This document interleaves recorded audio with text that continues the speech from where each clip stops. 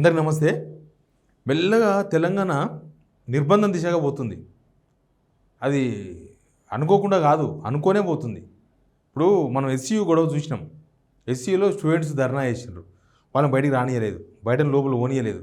ఇప్పుడు supreme court stay ఇచ్చింది. ఇచ్చిన తర్వాత ఎస్సీయూలోకి నో ఎంట్రీ. ఇప్పుడు మొత్తం ఆ 400 ఎకరాల దగ్గరికి ఎవ్వరు పోవద్దు, పోతే మీరు శిక్షార్హులు అని చెప్పి ఏకంగా డీసీపీ నోటిఫికేషన్ ఇచ్చేసిండు. అంటే ఎస్సీయూలోకి నో ఎంట్రీ అని అర్థం. దాని అర్థం ఇప్పుడు నో ఎంట్రీ, అన్ని గేట్లు అన్ని పగడ్బందీగా సెక్యూరిటీ పెట్టేసినారు. అంటే కనీసం ఆ విద్యార్థులకు ఎవరైనా సపోర్ట్గా కూడా పోయే అవకాశం లేకుండా, అక్కడ వీళ్ళు పోయి ఏం చేస్తారని కాదు, కనీసం వాళ్ళకి పోయి మద్దతు కూడా తెలిపే అవకాశం లేకుండా అసలు 2 ఇంపార్టెంట్ యూనివర్సిటీస్లో ఈ నిర్బంధం అయింది. ఇంకా మెల్లగా మిగతా యూనివర్సిటీ వీసీలతో కూడా సమావేశమైనరు. బహుశా ఆ సమావేశం లోపల ఏం మాట్లాడకుండా తెలియదు, బయటికి మాత్రం చాలా నార్మల్ విషయాలు చెప్పిండ్రు. ఏ విషయాలు లోపల ఏ విషయాలు చర్చ జరిగింది అనేది ఎవరు బయటకు చెప్పారు కదా. ఎనీవే, నేను ఆ వార్త గురించి మాట్లాడదాం అనుకుంటున్నా. సిగ్నల్ టీవీ ఫ్యామిలీ మెంబర్స్ 150,000 మందికి అందరికీ కృతజ్ఞతలు. ఈ వీడియో చూస్తున్న వాళ్ళు కింద సబ్స్క్రైబ్ బటన్ ఉంది, సబ్స్క్రైబ్ బటన్ నొక్కండి, వీడియో షేర్ చేయండి, తర్వాత లైక్ కామెంట్ కూడా చేయండి. అసలు ఇప్పుడు మనం మాట్లాడుకోవాల్సింది స్వేచ్ఛ. ఎందుకంటే ఇక్కడ నడుస్తుంది ప్రజాప్రభుత్వం అని చెప్తారు. ప్రజాప్రభుత్వం, మేము ప్రజాప్రభుత్వం తెచ్చినామని చెప్తారు. ప్రజాప్రభుత్వం తెచ్చిన తర్వాత ప్రజాప్రభుత్వం లాగానే ఉండాలి కదా. కానీ ఈ మధ్య మొత్తం నిర్బంధాల వైపు పోతుంది గవర్నమెంట్. అది ఓ పక్క ఎస్సీయూ కావచ్చు, అతని పక్క ఉస్మాన్ యూనివర్సిటీ కావచ్చు. ఎస్సీయూలో ఇట్లా నిబంధనలు. ఇప్పుడు ఎవరికి ఎంట్రీ లేదు.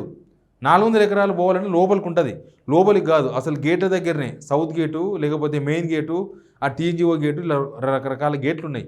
అన్ని గేట్ల దగ్గర ఆల్రెడీ సెక్యూరిటీ ఉంటుంది, లోపల ఓనియరు. పైనగా డీసీపీ వార్నింగ్. 400 ఎకరాల దగ్గర పోతే ఎప్పటి నుంచి 4వ తేదీ సాయంత్రం 6 గంటల నుంచి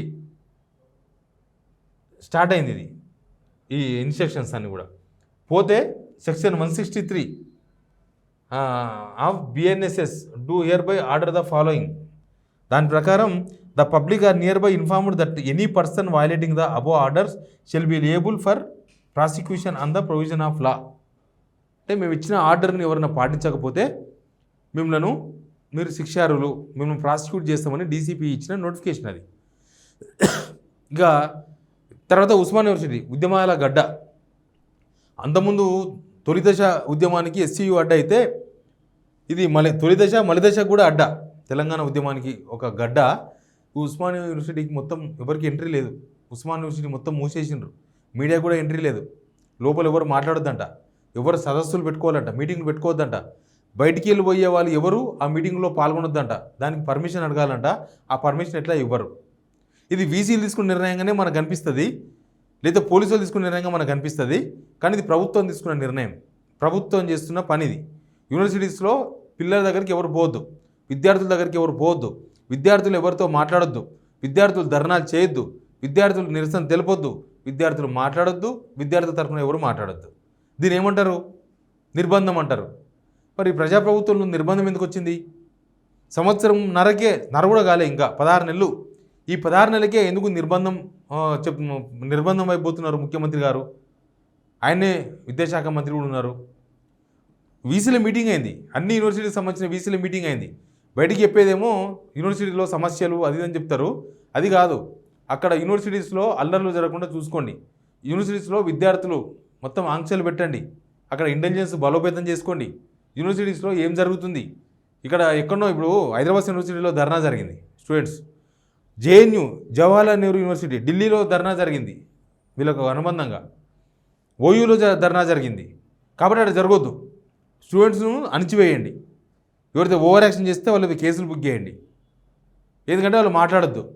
అంటే విద్యార్థులు అనేవాళ్ళు, ఈ డిగ్రీలు పీజీలు చేస్తున్న వాళ్ళు, యూనివర్సిటీలో చదువుకునే వాళ్ళు ఎవరు కూడా రాజకీయాలలో రావద్దు, లేకపోతే కాంగ్రెస్ను ప్రశ్నించవద్దు, ఈ ప్రభుత్వాన్ని ప్రశ్నించవద్దు, ప్రభుత్వం తప్పులను వెలికి తీయొద్దు. ఎవరన్నా వాళ్ళకి సపోర్ట్గా పోతే వాళ్ళ మీద కేసులు పెట్టాలి. ఎవరు సపోర్ట్గా రావద్దు, సపోర్ట్గా వస్తే వీళ్ళలో బలం పెరుగుతుంది విద్యార్థులకి.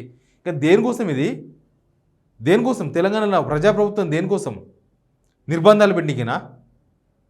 ఇక దీనికన్నా పోయిన గవర్నమెంటే పెట్టుకుంటున్నారు స్టూడెంట్స్. అప్పుడు ఏదైనా అల్లరి జరిగినప్పుడు పెడుతుండ్రి, ఇప్పుడు మొత్తానికి పర్మనెంట్ పెట్టేస్తున్నారని.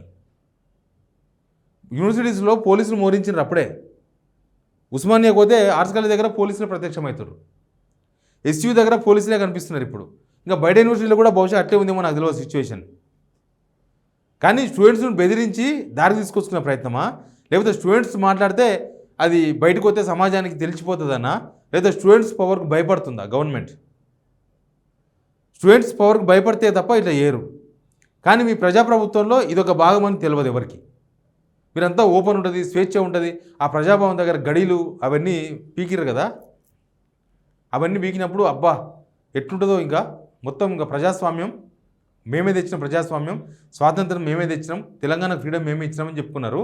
తీరా చూస్తే మొన్న రేవంత్ రెడ్డి గారు అంటున్నారు, మేము ఇందిరా పార్క్ దగ్గర ధర్నాలు చేసే అవకాశం ఇస్తే మా మీదే ధర్నా చేస్తారా? మళ్ళీ ఎవరి మీద ధర్నా చేయాలి?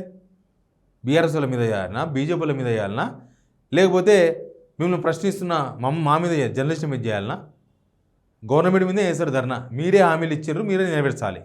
మీరే పరిపాలన చేస్తున్నారు కాబట్టి మిమ్మల్ని క్వశ్చన్ చేస్తారు. మీరు దిగిపోతే రేవంత్ రెడ్డి గురించి ఎందుకు మాట్లాడతారు? రేవంత్ రెడ్డి గురించి మాట్లాడలేదనుకో, రేవంత్ రెడ్డి దిగిపోయాడు అనుకో, రేవంత్ రెడ్డి గురించి మాట్లాడతారు ఎవరన్నా? ఇప్పుడు కిరణ్ కుమార్ గురించి మాట్లాడుతారు ఎవరన్నా? రోషయ్య గారి గురించి మాట్లాడుతుండ్రా? ఏదైనా మంచి ఉంటే చెప్పుకుంటారు వాళ్ళది. మీ దగ్గర కూడా ఏమైనా మంచి ఉంటే చెప్పుకుంటారు మీరు దిగిపోయిన తర్వాత కూడా. ఇక చెడునైతే ఎవరు గుర్తు చేసుకోరు. చాలు ఆయన దండం పెట్టేస్తారు, చాలు మీకు దండం అని. ఎనీవే, తెలంగాణలో యూనివర్సిటీస్ మీద కాన్సన్ట్రేషన్ చేసింది ప్రభుత్వం.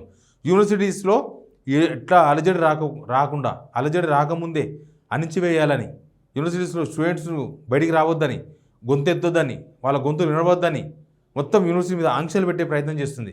ఇప్పటికి 2 యూనివర్సిటీలు అట్లనే, ఇక మిగతా యూనివర్సిటీ సిచ్యువేషన్ అట్లే అవుతుందేమో. అంటే చిన్న గొడవ జరిగినా వాళ్ళ మీద మొత్తం బ్యాన్ పెట్టేస్తారా? మరి మీరు ప్రతిపక్షంలో ఉన్నప్పుడు మీరు మస్తు లొల్లి పెట్టారు, మీ మీద కూడా బ్యాన్ పెట్టేసేది ఉండే అప్పటి గవర్నమెంట్. ఎనీవే, ఇక్కడ జరుగుతున్నది మొత్తం అన్ఫార్చునేట్. యూనివర్సిటీస్లో స్టూడెంట్స్ యాక్టివ్గా ఉంటారు. ముఖ్యంగా మన తెలంగాణ నడిపించేది స్టూడెంట్సే, మన ఉద్యమాన్ని నడిపించేది స్టూడెంట్సే. ఆ స్టూడెంట్స్ని నోరు కట్టేస్తాం, మూదు మూసేస్తాం, గొంతు నొక్కేస్తాం అంటే కుదరదు. వాళ్ళు ఇంకా బగ్గున మడతారు. వాళ్ళకి సపోర్ట్గా పౌర సమాజం ఉంటుంది.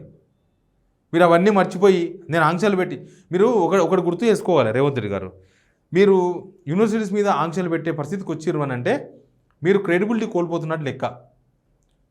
మీకు జనాలకు లింకు కట్ అయినట్టు లెక్క. అది మీకు జనాలకు లింకు కట్ అయిపోయింది.